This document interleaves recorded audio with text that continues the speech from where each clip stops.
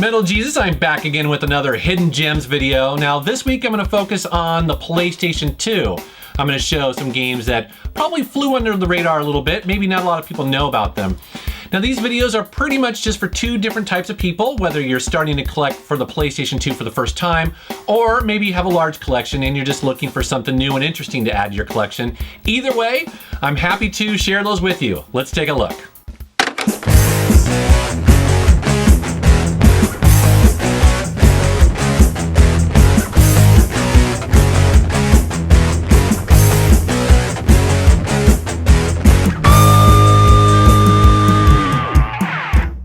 Blood Will Tell by Sega is the very definition of a hidden gem on the PlayStation 2, and this game is loved by the few gamers that have played it.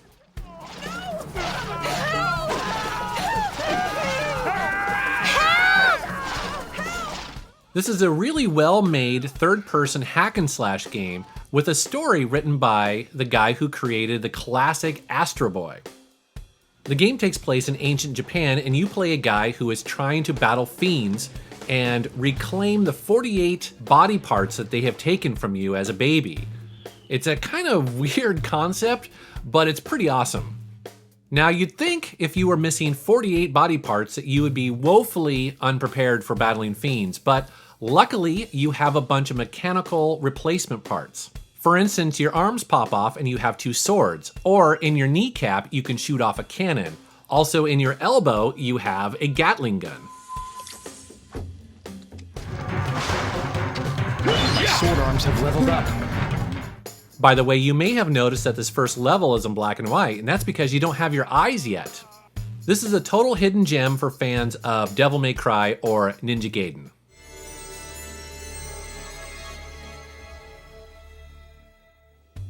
Snoopy vs. the Red Baron has been featured on my channel before, but I just have to mention it again because this game is so much fun. This is an air combat game with over 20 missions, and you play as the Peanuts characters taking on the Red Baron. There are dogfights, bomber missions, escort missions, air chases, and so much more in this game. And there's tons of stuff to unlock, including weapons, airplanes, gadgets, and characters. And there's a really fun multiplayer option as well. Plus, just look at those graphics. I mean, they're really well done for a cartoon game. So I was really impressed with this game. Fans of Crimson Skies will definitely love Snoopy vs. the Red Baron. Echo Night Beyond is a survival horror game that not a lot of people have heard about.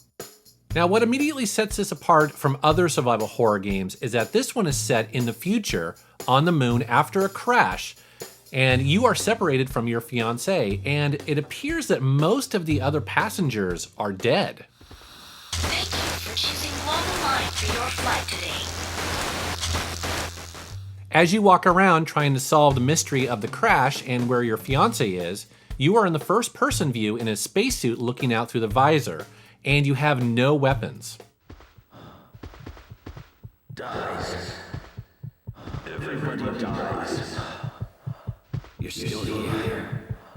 Instead, what you're trying to do is keep your heart rate down, because if your heart rate gets too high, your heart will explode and you'll die. So if you see something nasty or weird or scary, you need to get the hell out of there. Most of your time is spent getting items for ghosts that may not even know that they're dead.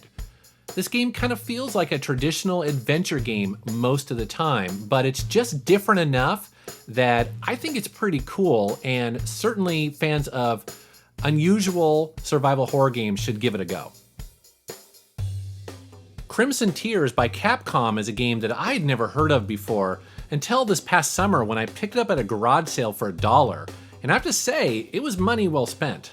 The game takes place in a futuristic Tokyo where you control 3 biomechanical characters and you hack and slash your way through randomized dungeons. Now, I know these types of games are kind of dime a dozen, but this game actually has really decent graphics, it has solid gameplay, and there are lots of weapons.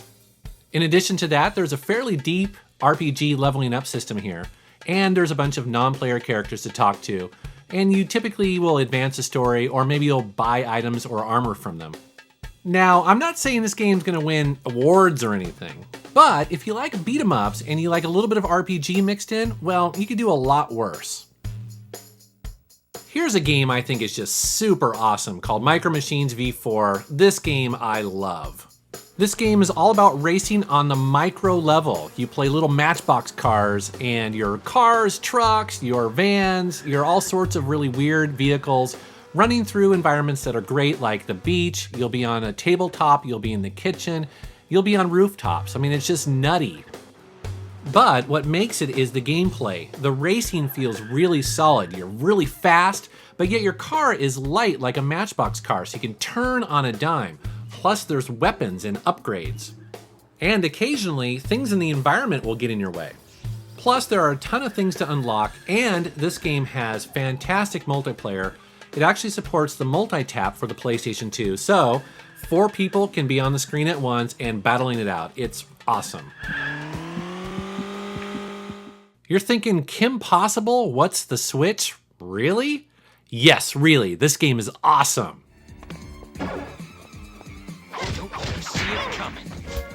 Even though this is based on a Disney cartoon, this is an excellent platforming game.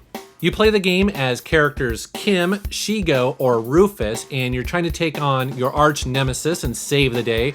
At least I assume that's what's going on. Honestly, I've never seen the cartoon, and thankfully you don't have to enjoy this game.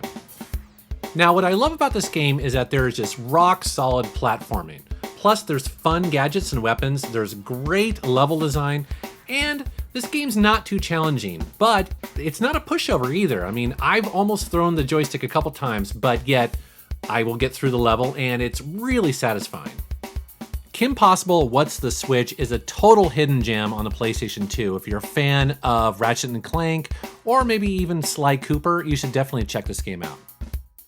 Next up is Cold Winter. Now, could this have a more lame name? But you know what? Hiding underneath that is a surprisingly good first-person shooter. Andrew, you have company. In the game, you play as Andrew Sterling, an MI6 agent who is disavowed. No tux, no license, no mercy. Now, obviously this game was inspired by a lot of the James Bond games that were also on the PlayStation 2, like Nightfire and Agent Under Fire. That's a lot of fire there. But this game actually has pretty solid gameplay mechanics. I mean, it's a really decent first-person shooter. The game features 6 different locations, and they're fairly large and interesting, as well as the AI in the game is, pretty smart for the PlayStation 2 era. And like some of the other games on this list, this isn't going to win any awards. I mean, it's nothing really special, but, if you can find it for cheap, I do think this is a pretty decent game, and I've actually played it quite a bit. I mean, I've been kind of surprised. It's a lot of fun. Splashdown Rides Gone Wild is one of my all-time favorite racing games, and it only came out on the PlayStation 2. This is a Sea-Doo game similar to Wave Race, but in my opinion, this game's even better because the level design is excellent. Every lap of the race changes the environment. For instance, walls will break apart, revealing shortcuts. Sometimes water will get diverted to a different direction, or maybe an explosion will change the environment in a radical way. In addition to the level design, there's a pretty beefy trick system in here, similar to maybe SSX or Tony Hawk. Plus, there are a ton of unlockables and a great soundtrack. I love Rides Gone Wild.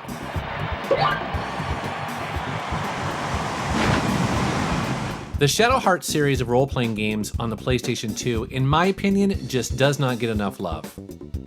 Now, these role-playing games may seem very similar or perhaps derivative of other popular series like Final Fantasy or, maybe Xenosaga, but I think they really stand on their own. They're just different and weird enough to kind of keep you interested. I mean, I really like this series because it's an interesting mix of old and new. There are really out there characters that are both in the environment and also in your party sometimes. And there's always just the sense of what the hell is going to happen next. Focus, focus, focus! Oh, no! Also, I really like the real-time combat in the Shadow Hearts series. Specifically, they call it the Judgment Ring, and essentially it's this ring, and in real time it goes around and you have to hit the X button to do attacks, and depending on how accurate you are, you can do a lot more damage and also do combos. Now, while these games aren't as polished or perhaps as long-lasting as the Final Fantasy series, I do think they're severely overlooked, and that's a shame.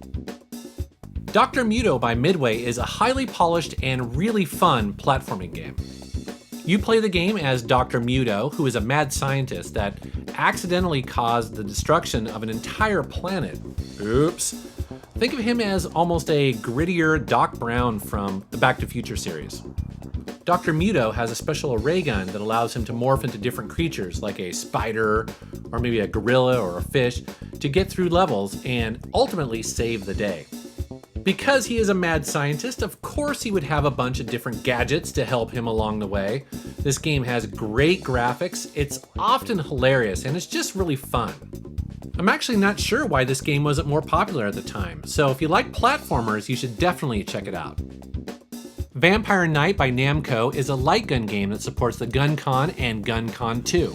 Now, while most gamers are familiar with House of the Dead or Time Crisis, for whatever reason, Vampire Knight is kind of ignored, or at least forgotten.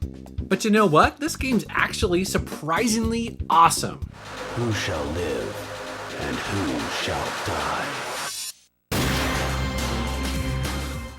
I mean, this game has everything that you would look for in a great light gun game. It has solid gameplay, has a really cheesy story, has horribly bad voice acting, and great enemies to kill. So if you have a light gun for the PlayStation 2 and you're looking for something to add to your collection, Vampire Knight is a must-own.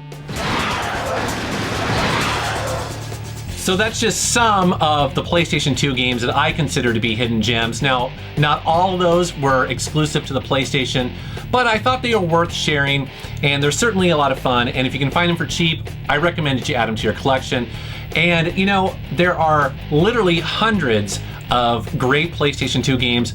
I could have made this video 3 times as long, but I'll have a little honorable mentions at the end and show some more games that I think are pretty interesting and worth collecting. As always, I want to thank you for watching my channel, and thanks for subscribing. Take care.